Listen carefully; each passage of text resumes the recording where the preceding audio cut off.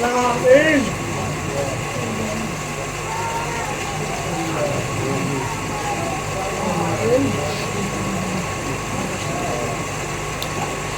الله وملائكته يصلون على النبي يا أيها الذين آمنوا صلوا عليه وسلموا تسليما اللهم صل على سيدنا ومولانا محمد وعلى آل سيدنا ومولانا محمد وبارك وسلم صلاة وسلاما عليك يا رسول الله سبحان ربك رب العزة عما يصفون وسلام على المرسلين والحمد لله رب العالمين بحق لا إله إلا الله محمد رسول الله.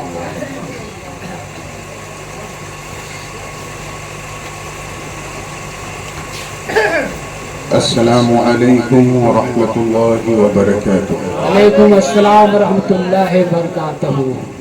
بسم الله الرحمن الرحيم. الحمد لله الواحد المتوحد المتفرد بذاته وصفاته والصلاة والسلام على سيدنا ومولانا محمد المختار أشرف الخلق ومكوناته الذي هو علي في درجاته حسن في جميع صفاته شهيد في تجلياته نور عين المشتاقين بجماله علاء الحق واليقين سراج الملة ونظام الدين قطب روح العالم وفريد الدين الذي هو معين الدين الغوث الأعظم للمستغيثين صلوات الله تعالى عليه وعلى آله وأصحابه أجمعين. أما بعد فأعوذ بالله من الشيطان الرجيم بسم الله الرحمن الرحيم. لا تعتذروا قد كفرتم بعد إيمانكم. صدق الله العظيم وبلغنا رسوله النبي الأمين الكريم ونحن على ذلك لمن الشاهدين والشاكرين والحمد لله رب العالمين.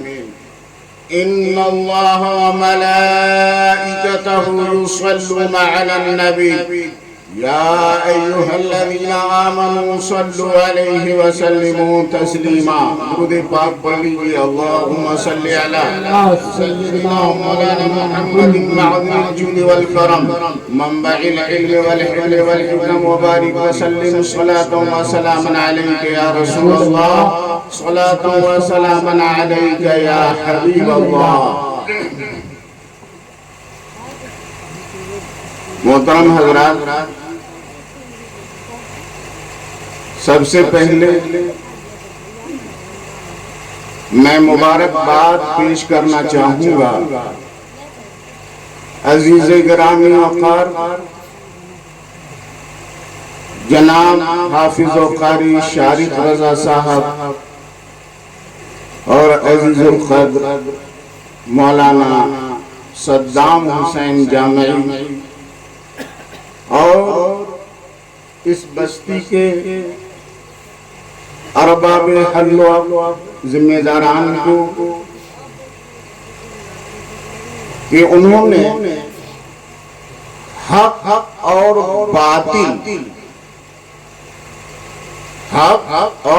باطل کیا ہے اس کی پہچان کروانے کے لیے علماء کرام کے قافلہ کو یہاں پر اتارا ہے. سبحان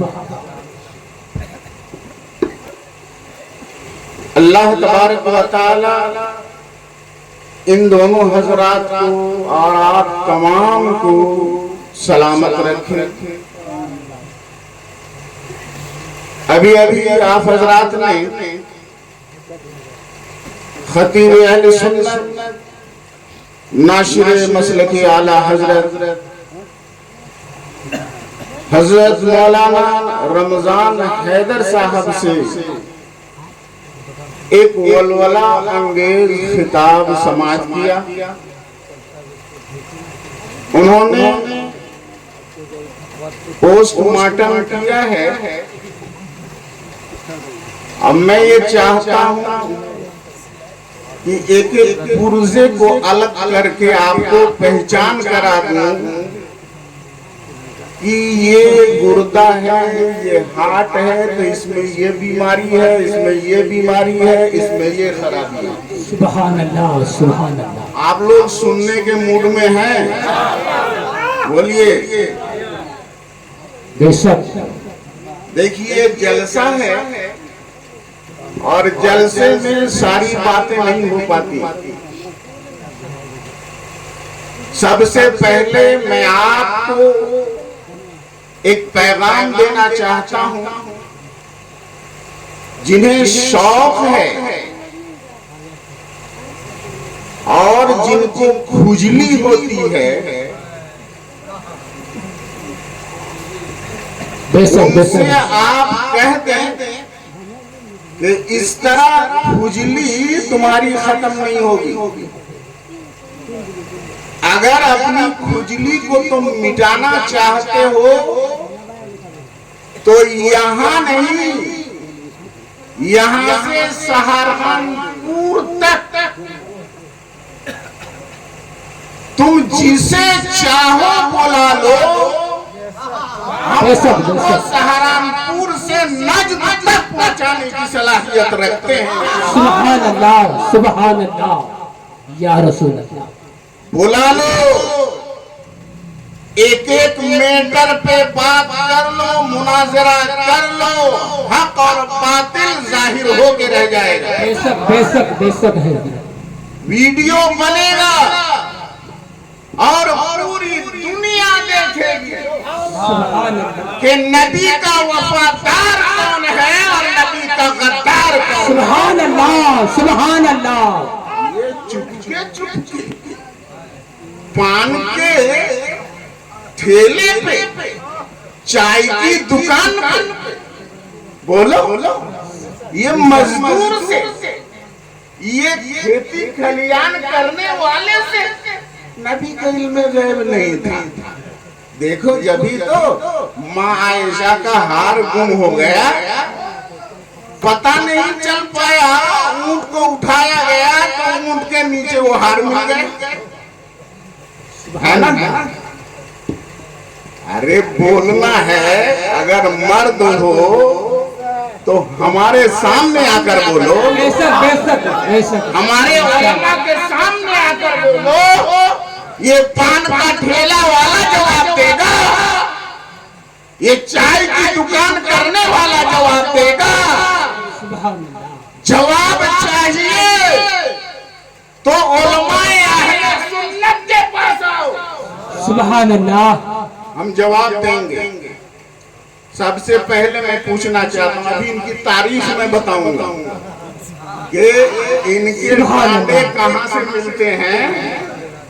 ان کی تعریف میں بتاؤں گا. یہ بھیس بدلے ہوئے ہیں، یہ ایمان والے نہیں ہیں. اسلام کے دشمن دو طرح کے ہر دور میں رہے ہیں. کیا نبی کے زمانے میں دو طرح کے دشمن نہیں تھے اسلام کے؟ ایک کھلا دشمن، اسلام کا ایک کھلا دشمن اور ایک چھپا دشمن. چھپے دشمن کو نبی نے مسجد سے نکالا تھا. خروج یا منافق، اے فلاں نکل جا تو منافق ہے، اے فلاں نکل جا تو منافق ہے. الحمدللہ نبی کے عاشق علماء اہل سنت ہر دور میں ایسے اسلام کے چھپے ہوئے دشمنوں کے چہرے پہ نقاب کرتے رہے. سبحان اللہ سبحان اللہ. بے شک کرتے رہے. قرآن نے کہہ دیا ہے لا تعتذروا قد کفرتم بعد ایمانکم. اے منافقو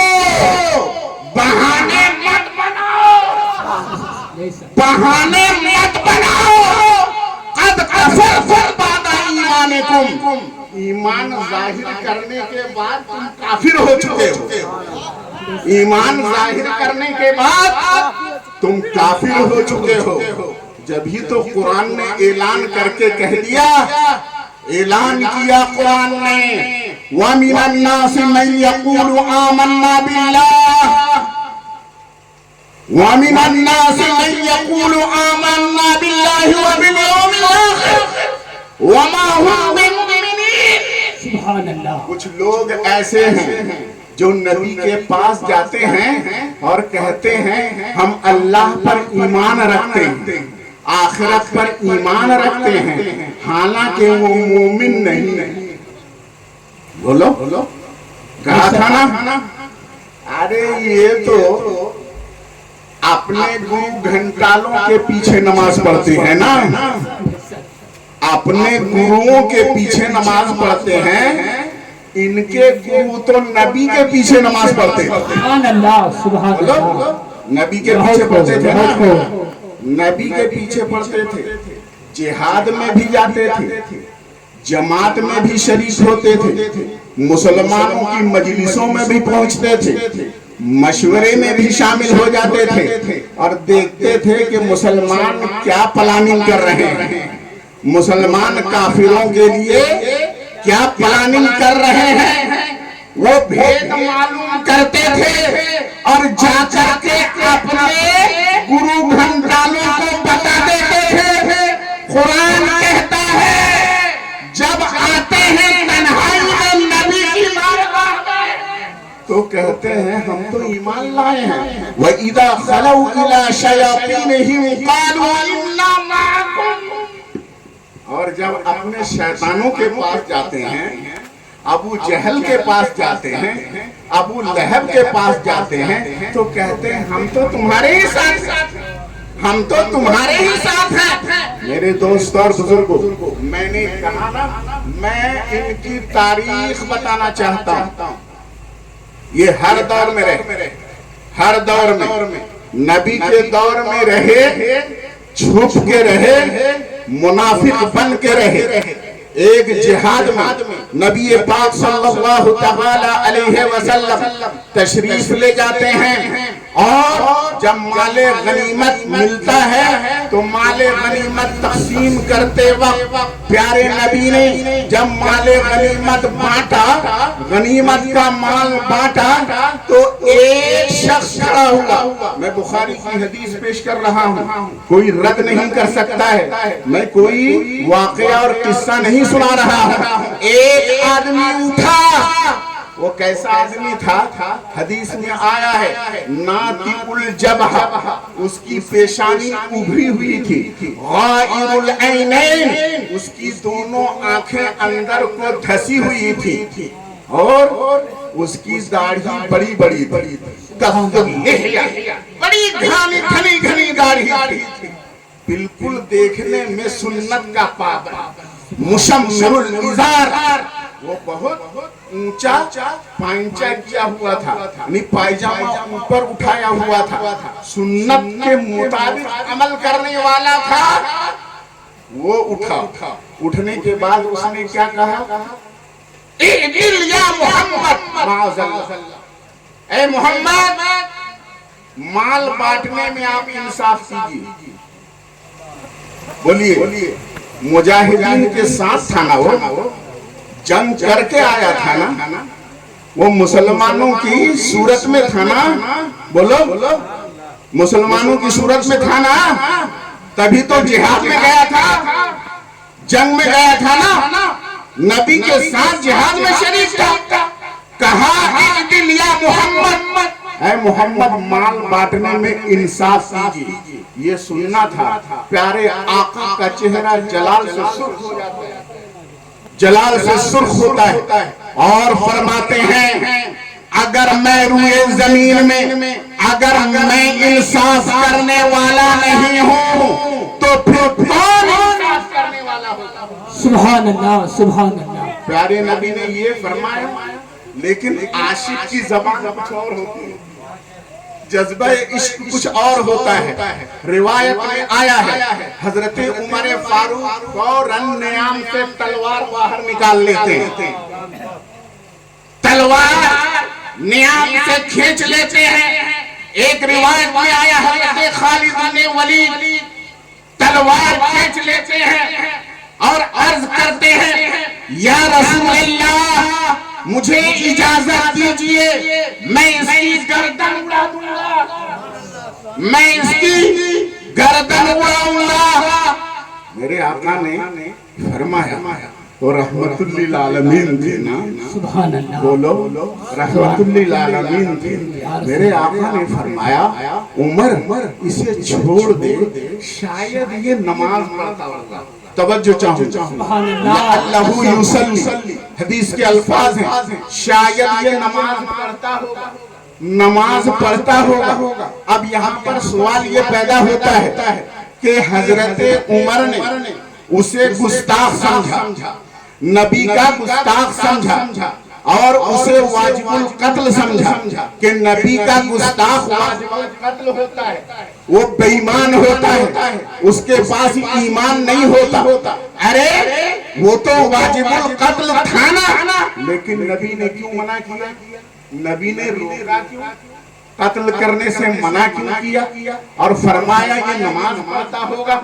جواب کیا تھا؟ عاشق کا جواب سنو. حضرت عمر نے جواب دیا تھا یا رسول اللہ رہنے دیجئے, کتنے ایسے نمازی ہیں ان کے دل میں کچھ ہے, زبان پر کچھ ہے. سبحان اللہ, سبحان اللہ, یا رسول اللہ یہ تو منافق ہے, میں اس کی گردن اڑاؤں گا. میرے آقا نے روکا کیوں تھا؟ اس لیے روکا تھا کہ اس وقت اگر قتل کرنے کا حکم دیتے تو کفار کو یہ کہنے کا موقع مل جاتا, یہ پروپیگنڈا کرنے کا موقع مل جاتا کہ دیکھو یہ محمد اپنے ہی کلمہ پڑھنے والوں کو قتل کرواتے ہیں. بات سمجھ میں آ رہی ہے؟ ارے حدیث پڑھو, پڑھ کے سمجھنے کی کوشش کرو, یہ تو سمجھتے نہیں ہے. حضرات گرامی آقا نے کیا فرمایا؟ چھوڑو. ابھی منافقین کو کھلے عام راندے بارگاہ کرنے کا حکم, ابھی یہ حکم نہیں آیا تھا, اس لیے آقا نے فرمایا چھوڑ دو اس کو, چھوڑ دو. لیکن نبی نے اتنا ہی صرف نہیں فرمایا, فرمایا کیا؟ اب سنو, یہاں پر تمہارا ذہن صاف ہو جائے گا اور نبی کو علم غیب ہے کہ نہیں اس میں جواب بھی مل جائے گا. سنو حدیث پڑھو, ارے جگہ جگہ علم غیب مصطفیٰ کے جلوے لگا رہے ہیں. سبحان اللہ, یا رسول اللہ. میں صرف 3-4 احادیث ذکر کروں گا یہاں, وہ بھی بخاری شریف کے حوالے سے, ورنہ امام محمد بن یوسف صالحی رحمت اللہ تعالی علیہ جو شام کے بڑے محدث تھے, ان کی ایک کتاب ہے, اس کتاب کے اندر انہوں نے علم غیب مصطفیٰ پر تقریباً 250 حدیثیں نقل کی ہے. سبحان اللہ, سبحان اللہ, یا رسول اللہ. سمجھ میں آئی؟ کتنی؟ 250 حدیثیں. ارے آؤ نا تم, علم غیب کی دلیل چاہیے نا, آؤ میدان مناظرہ میں, ایک نہیں 1000 حدیث پیش کریں گے. سبحان اللہ, یا رسول اللہ. میں عرض کر رہا تھا پیارے نبی نے کیا فرمایا؟ عمر سنو, اس کی نسل سے دھیان دیجئے گا, کیا فرمایا نبی نے؟ یخرج من ضئ ھذا قوم یتلون الکتاب رتبا. سنو, اس بدبخت کی نسل سے کچھ ایسے لوگ پیدا ہوں گے جو قرآن بہت اچھا پڑھیں گے. سبحان اللہ. دیکھیے نبی نے بتا دیا. اب اچھا, اگر اچھا قرآن پڑھتا ہوا نظر آئے, بہت اچھا قاری نظر آ جائے, کیا آپ سمجھیں گے کہ یہ بڑا اچھا ہے, یہ صحیح عقیدے والا ہے؟ بولیے, کیا سمجھیں گے آپ؟ نہیں, معلوم یہ ہوا گستاخ رسول اچھا قرآن پڑھ سکتا ہے. اچھی تلاوت کر سکتا ہے اور نمازی گستاخ رسول ہو سکتا ہے. اس حدیث سے معلوم ہوا نا, ارے وہ نماز پڑھتا تھا نا تو نمازی گستاخ رسول ہو سکتا ہے. تو نماز سے دھوکہ نہ کھانا, تلاوت قرآن سے دھوکہ نہ کھانا. تم دیکھ لینا یہ نبی کی بارگاہ کا مرتب ہے کہ نہیں, ادب والا ہے کہ نہیں, نبی کا وفادار ہے کہ نہیں. اگر وفادار ہے تو اگر اچھی آواز سے تلاوت نہیں کرتا پھر بھی وہ حق پر. حضرات گرامی کیا فرمایا, یتلون الکتاب رتبا, وہ بہت عمدہ کتاب اللہ کی تلاوت کریں گے, بہت زیادہ تلاوت کریں گے. یمرقون من الدین کما یمرق الرمیۃ من السهم. بات سمجھ میں آئی کیا فرمایا نبی نے؟ یہ دین سے ایسے باہر نکل جائیں گے جیسے تیر سے نکلنے, کمان سے نکلنے والا تیر شکار کو چھیدتے ہوئے باہر نکل جاتا ہے. ثم لا یعود, پھر وہ تیر واپس آتا ہے کیا؟ آتا ہے نہیں آتا. یہاں سے ہم کو عقیدہ کیا مل گیا, نظریہ کیا ملا؟ جو گستاخ رسول ہوتا ہے نا وہ ایمان تو اس کا چلا جاتا ہے اور پھر لوٹ کر آنے کی امید نہیں رہتی. اور کسی طرح سے کفر ہو جائے امید ہوتی ہے, واپس آ جاتا ہے, توبہ کر لیتا ہے. لیکن گستاخ رسول کو توبہ کی توفیق نہیں ملتی ہے. میں عرض کرنا چاہتا تھا کہ یہاں دیکھیے آپ, رسول پاک کے زمانے میں ایک نماز پڑھنے والا, ایک متبع سنت, ایک داڑھی والا, ایک سنت کے مطابق لباس پہننے والا, بولو ایمان سے خارج ہوا کہ ایمان سے باہر نکلا کہ نہیں نکلا؟ نکلا نا. گستاخ رسول ہونے کی وجہ سے ایمان اس کا برباد ہو گیا. تو پتہ یہ چل گیا کہ نبی کے زمانے میں بھی مسلمان بن کے کچھ اسلام کے دشمن تھے. سبحان اللہ, سبحان. اب وہی دشمن بھیس بدلتے رہے, بھیس بدلتے رہے. اب حضرت مولا علی کا زمانہ آیا. میں بتاتا, تاریخ اٹھا کے دیکھیے اور حدیث دیکھیے. بخاری شریف کی حدیث ہے, باب قتال اہل الردہ. اٹھا کر کے دیکھیے, حضرت مولا علی رضی اللہ تعالی عنہ اور حضرت امیر معاویہ کے درمیان جب اختلاف ہوا اور اس اختلاف کے بعد جب مصالحت ہوئی, صلح ہوئی, تو یہی تھے چھپے ہوئے دشمن. یہ نہیں چاہ رہے تھے کہ صلح ہو, لڑائی ہوتی رہے اور مسلمانوں کے دونوں گروہ کٹتے رہے, مرتے رہے. اس لیے وہاں پر کیا ہوا, وہی جو حضرت علی کے چاہنے والے اپنے آپ کو کہتے تھے, شیعان علی اپنے آپ کو کہتے تھے, انہوں نے حضرت علی کا ساتھ چھوڑ دیا. بات سمجھ میں آئی؟ توجہ سے سنیے گا. یہ سلسلہ کہاں سے آ رہا ہے, ان کا سلسلہ کہاں سے ملتا ہے؟ بات سمجھ میں آ رہی ہے نا. حضرت مولا علی کا ساتھ چھوڑ دیا. کیا کہہ کر کے چھوڑا ساتھ؟ کہ آپ نے صلح کے لیے حضرت ابو موسیٰ اشعری کو حکم بنایا, فیصل بنایا. حکم فیصل کو بولتے, فیصلہ کرنے والا. تو حضرت ابو موسیٰ اشعری کو آپ نے حکم بنایا اور قرآن میں آیا ان الحکم الا للہ, فیصلے کا حق صرف اللہ کو ہے. یعنی فیصلہ کرنے والا صرف اللہ ہے اور آپ نے ایک بندے کو فیصلہ کرنے والا بنا دیا تو آپ مشرک ہو گئے. تو ان کا فتویٰ صرف آپ پر نہیں ہے، یہ حضرت علی پر بھی فتویٰ ڈال چکے ہیں.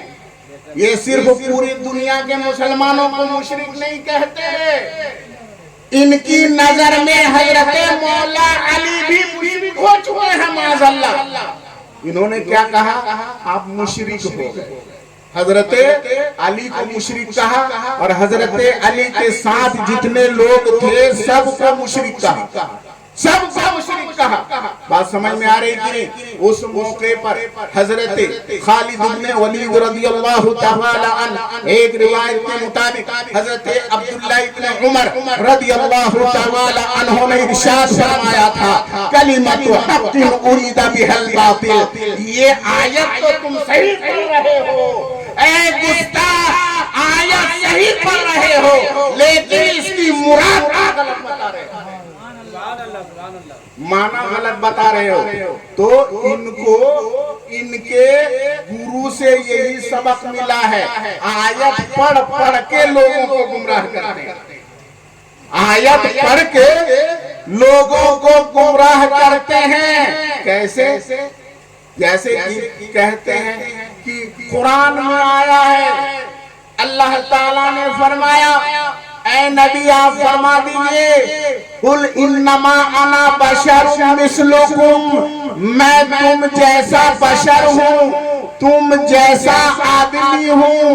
دیکھو تو نبی ہم جیسے بشر ہیں، ہم جیسے آدمی ہیں، یہ قرآن کہہ رہا ہے. لیکن چور نے چوری کر لی، چھپا لیا. انما یوحا الیہ، میرے پاس وحی کی جاتی ہے، اس کو چھپا لیا. سبحان اللہ سبحان اللہ. دھوکہ دیا کہ نہیں؟ بولیے. یہ نہیں کہا کہ نبی وہ ہوتے ہیں جن کے پاس وحی آتی ہے. نبی بشر ہے لیکن لاقل بشر، نبی بشر ہے بے مثال بشر ہے، نبی بشر ہے نوری بشر ہے. یہ نہیں کہا. یہ کون کہے گا؟ جس کے دل میں عشق رسول، سبحان اللہ، جو رسول کا عاشق ہے، جو رسول کا وفادار ہے، جو اعلیٰ حضرت کا دیوانہ ہے، جو ان کے مسلک پر چلنے والا ہے. میرے دوستوں اور بزرگوں، ہوا کیا؟ یہی تھے نا چھپے ہوئے دشمن. مولا علی کے زمانے میں جب یہ ظاہر ہوئے تو ان کو خارجی کہا گیا. سبحان اللہ. ان کو کیا کہا گیا؟ بولیے. خارجی. اور نبی کے زمانے میں تھے تو ان کا کیا نام تھا؟ بولیے کچھ بولیے. منافق. نبی کے زمانے میں تھا نام کیا؟ منافق. علی کے زمانے میں نام کیا ہوا؟ خارجی.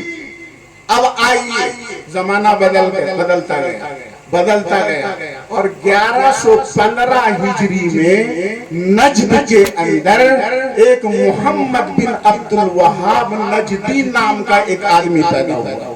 سبحان اللہ. کس سن میں؟ 1115 ہجری میں. آج سے کتنے سال پہلے؟ 300 سال.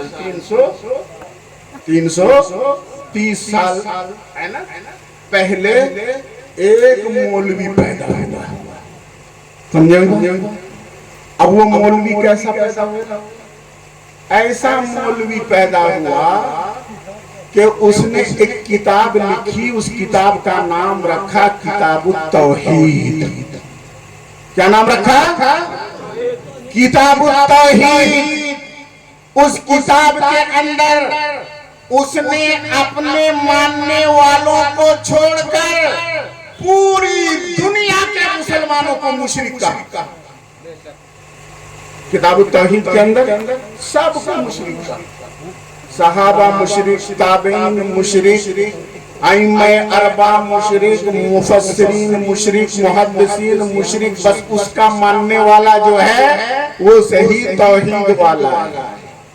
اس نے کتاب لکھی کتاب التوحید اور اس نے فتنہ و فساد پھیلایا مکہ شریف کے اندر، مدینہ شریف کے اندر، اور بہت سے سنی عالموں کو اس نے قتل کروایا. جو اس وقت کا بادشاہ تھا نا، درعیہ کا بادشاہ تھا، اس بادشاہ سے مل کر کے اس نے ایک نظریے کی بنیاد ڈالی۔ آج بھی آپ نیٹ میں سرچ کرو، ویکیپیڈیا میں آپ جاؤ، محمد بن عبد الوہاب نجدی سرچ کرو، اس میں لکھا ہوا ہے کہ وہابی مذہب کا بانی کا نام محمد بن عبد الوہاب۔ بات سمجھ میں آئی؟ وہابیت کی بنیاد ڈالی کہ سن میں 1115 کے بعد یعنی تقریباً 50 ہجری میں اس نے تحریک شروع کر دی۔ بات سمجھ میں آئی؟ اب میں یوں ہی نہیں بتا رہا ہوں، اس زمانے میں جو وہابیت کا پرچار ہوا تھا نا، حرمین طیبین میں، مدینہ منورہ میں، مکہ المکرمہ میں، ایک کتاب میرے سامنے ہے، یہ دیوبند کے مولوی بھی اس سے فتویٰ دیتے ہیں۔ بات سمجھ میں آئی؟ ان کے زمانے میں وہابیت کا پرچار شروع ہوا تھا، محمد بن عبد الوہاب نجدی کے ماننے والوں نے ادھم مچایا تھا حرمین طیبین میں، مکہ و مدینے میں قتل و خوریزی غارت گری انہوں نے کی تھی، بے شمار خون بہائے تھے۔ ان کے بارے میں یہ دیکھیے، یہ کتاب ہے رد المحتار، جس کو کہتے ہیں فتویٰ شامی، نام سنا ہوگا آپ لوگوں نے، فتویٰ شامی، اس کی یہ 6ٹھی جلد ہے۔ کون سی جلد ہے؟ یہ اس کی 6ٹھی جلد ہے۔ اس کے اندر یہ صفحہ نمبر 413 ہے، صفحہ نمبر 413۔ دیوبندی مفتی بھی اس کتاب سے فتویٰ دیتے ہیں، لیکن ان چیزوں کو وہ چھپاتے ہیں، ان باتوں کو چھپاتے ہیں۔ علامہ شامی ارشاد فرماتے ہیں، کما وقع فی زماننا فی اتباع عبد الوہاب الذین خرجوا من نجد وتغلبوا علی الحرمین وکانوا ینتحلون مذہب الحنابلہ لیکنہم اعتقدوا انہم هم مسلمون وان من خالف اعتقادهم مشرکون۔ کیا مطلب ہوا کہ ہمارے زمانے میں محمد بن عبد الوہاب نجدی کے متبعین انہوں نے حرمین پر غلبہ حاصل کر لیا، حکومت انہوں نے بنا لی، یعنی وہابی حکومت ہو گئی۔ کن کے زمانے میں؟ علامہ ابن عابدین شامی رحمت اللہ تعالیٰ علیہ کے زمانے میں، اس کتاب کے رائٹر کے زمانے میں وہابی حکومت قائم ہو چکی تھی۔ کس سن میں؟ یہ سن تھا عام 33 و 1233 ہجری میں، 1233 ہجری میں حکومت قائم ہو گئی وہابیوں کی۔ کہاں پر؟ مکہ میں، مدینہ میں۔ انہوں نے کیا کیا؟ کہتے ہیں ان کا اعتقاد تھا کہ وہی لوگ صرف مسلم ہیں، مسلمان خالی وہی ہیں، ہم المسلمون، وہی صرف مسلمان ہیں، وَأَنَّ مَنْ خَالَفَ اعْتِقَادَهُمْ مُشْرِكُونَ، اور ان کے عقیدے کے خلاف جتنے لوگ ہیں سب مشرک۔ بولیے، یہ ہم پر الزام لگاتے ہیں کہ یہ سنی لوگ مشرک بناتے ہیں سب کو۔ بولیے، یہ کہتے ہیں نا، یہ سب کو کافر کہتے ہیں، سب کو مشرک کہتے ہیں۔ ارے سب سے پہلے تمہارے گرو نے پوری دنیا کے مسلمانوں کو مشرک کہا۔ بات سمجھ میں آ رہی ہے نا؟ دیکھیے، وَاسْتَبَاهُ بِذَلِكَ قَتْلَ أَهْلِ السُّنَّةِ وَقَتْلَ عُلَمَائِهِمْ۔ علامہ شامی فرماتے ہیں کہ محمد بن عبد الوہاب نجدی اس نے یہ دیکھا کہ جو لوگ بھی اس کے عقیدے پر نہیں چلنے والے ہیں، اہل سنت و جماعت کے ماننے والے ہیں، اہل سنت